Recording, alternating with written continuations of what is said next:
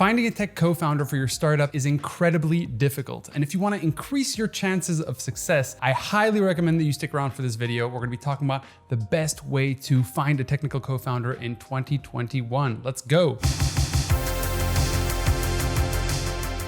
before getting into that, why do you need a tech co-founder to begin with? A lot of you are probably just thinking, I need to build a startup, but I don't know how to do so. And I need someone to build this technology stack, this app, this platform for me because I don't know how to code, right? Well, in many cases, that's not so much the case anymore. We are No Code. We teach non-technical founders how to build startups and build their own apps and launch them in the market without coding. But besides that, you might just want a technical co-founder to be able to bounce ideas off. You might want a technical co-founder just to be able to weather the storm when you go through difficult moments. There is so much value in having a co-founder. And if that's a technical co-founder, the awesome thing is that they'll be able to reduce the cost of building the startup as well, or at least the product. But honestly, when it comes to finding the right startup, I see so many people who are just jumping into long-term relationships in the same way that you would try to find a spouse at a bar. Probably not gonna work. Probably not the best idea. And keep in mind while we go through this process that choosing the wrong co-founder can cost you your startup. A lot of startups fail because of internal issues between co-founders. So don't be one of these people, please. Okay, so first of all, you're gonna want to create a list of potential co-founders. So you can basically go on LinkedIn, use LinkedIn Navigator, and you can actually start looking for terms like developer, engineer, full stack developer, web developer, mobile developer, app developer. Basically, you are looking for an individual who has the skills, not just as a manager who can overlook things like a CTO kind of role in a larger company, but much more a person who can actually write the code themselves. Because in early days, guess what? You need some people who are actually taking action within your startup. If not, you're all just overthinking and spending a lot of times on the wrong things. Now, once you have a target list of people who you would like to have as a co-founder, the next step is going to be to start a conversation that makes you understand their needs, right? Their needs can be all sorts of things. Some people are looking for job stability. Other people are looking to take risks and they're sick of their day jobs. You really want to understand what's underlying the decision to want to be a technical co-founder for a startup. You'll oftentimes find people, all they want to do is get paid. And you're not necessarily in a position where you can pay them a huge amount or compete with some of these higher paying jobs. And so we're really going through the idea of customer discovery here, but it's a customer discovery to understand what those people expect, what their needs and motivations are, and to make sure that that kind of aligns with what you're doing. So really just starting the conversation is kind of number two, without necessarily coming out arms blazing and saying hey, here are a bunch of shares, let's do this, let's get married immediately. Very bad idea. Now, the next thing you want to do after that is to start collaborating. You need to get a feel for what it is like to actually work with this person on a regular basis. And if the person is not yet ready to jump in and do this for free, then oftentimes they might just be looking to get paid and they might just not have the risk profile that you need as a technical co-founder. But more importantly, you need to make sure that you guys working together works, because guess what? A lot of people think, oh, I'll just be working with this person for 1, 2, 3 years. That's the best case scenario. Usually we're talking more between 5, 7, 10 years if you go all the way to an exit with that co-founder. So starting to collaborate, meeting up and just, shooting shit about your idea, talking about the specific problem you're trying to solve, iterating, seeing as well if it just works on a personal level. And so it's much less transactional at this point than it is about building the relationship. Because if the relationship doesn't work, guess what? It's not going to work in the longer term. So this is basically a way to do it with cold outreach, right?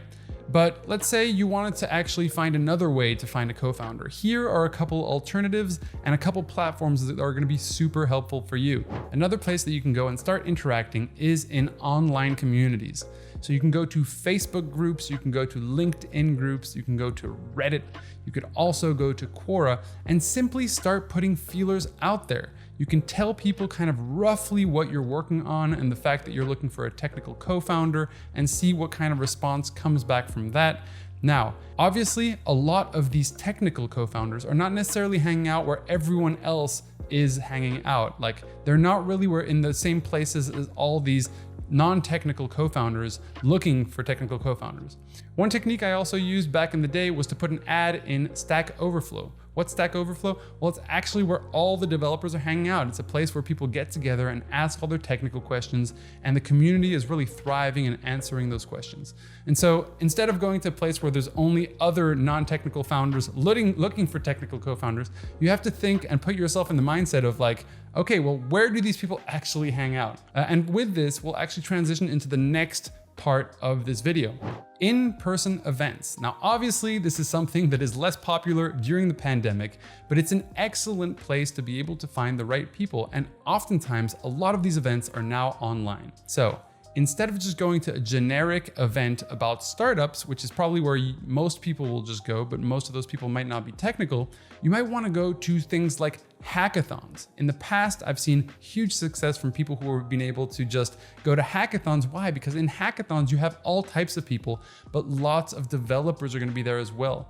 And that's useful, obviously, because you're looking for a tech co-founder, and what is a better place than someone who's actively trying to build stuff, to figure out how to build a startup, and to, puzzle things together in one of these hackathons. It can be a great experience. Worst case scenario, you can just get a bit of experience and some awesome contacts as well. But of course, in general, you do want to go to startup events that are a bit general. You will always find technical people there as well.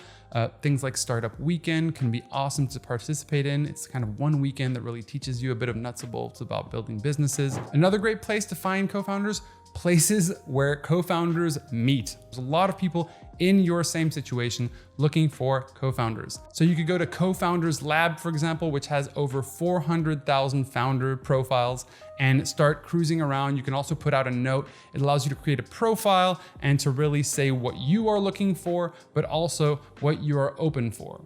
So it's really a cool way to kind of interact with people. Then Y Combinator actually put together a really cool matching system for startup founders. So you can go there, you can post what you're building and say what you're looking for in a technical co-founder. Also, again, it's just starting the conversation. It's just trying to get that first meeting. You're still gonna have to develop that relationship, understand that person's needs, and then it might work out, it might not work out. But the idea is that we're getting closer to the result that we're looking for, which is to find a long-term match. Other websites like Indie Hackers have people who are building startups from the ground up, or a website like Founder to Be.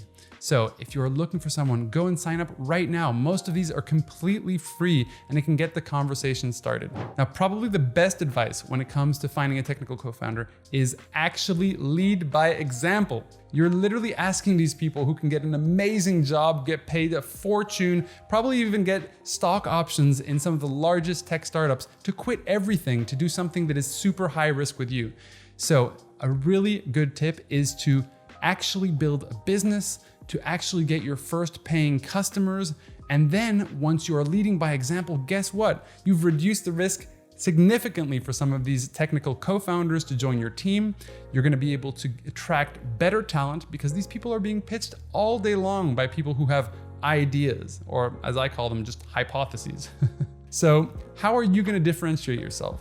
And so building a business as a non-technical person can be a huge advantage for you because you'll have more patience to be able to match with the right person as you're growing your business and leading by example.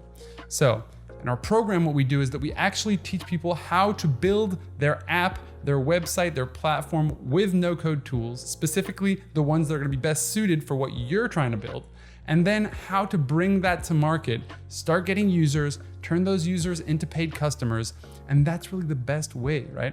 If you are someone who is trying to find a technical co-founder, show them that you have a business that already works, that you're gonna do this with or without them. It's the same advice we give startup founders when it comes to raising capital. The dynamics of this are like finding an investor, like finding a life partner. Now, of course, the details are a little bit different, as you can imagine, but it's super important to build your business first, not expecting anyone to come and save you. And then guess what? You can attract the best talent out there. A great example of that is Heidi. She came to us and she was looking for a technical co-founder. She was trying to build her business, but didn't have much experience. And so she's just started working towards building her business, getting customers. Now, 11 months in, she has $7,000 in monthly recurring revenue. She has a product. She just got a co-founder because guess what? As soon as you start leading by example, people are like, okay, this is something that works. Now they just need technology to actually scale this up. And now you have a choice of amazing candidates who are excited to jump into entrepreneurship, because that's what you're providing to them, an opportunity for them to own a larger portion of a company that has the potential to become a unicorn or a large bootstrapped company. So don't wait for anyone to save your life. Save your own life. If you enjoyed this, please like it. I'm Christian Peverelli. Check out this video, and we will see you in the next episode, releasing every Wednesday, sometimes even on Fridays. Have a great day. See you soon.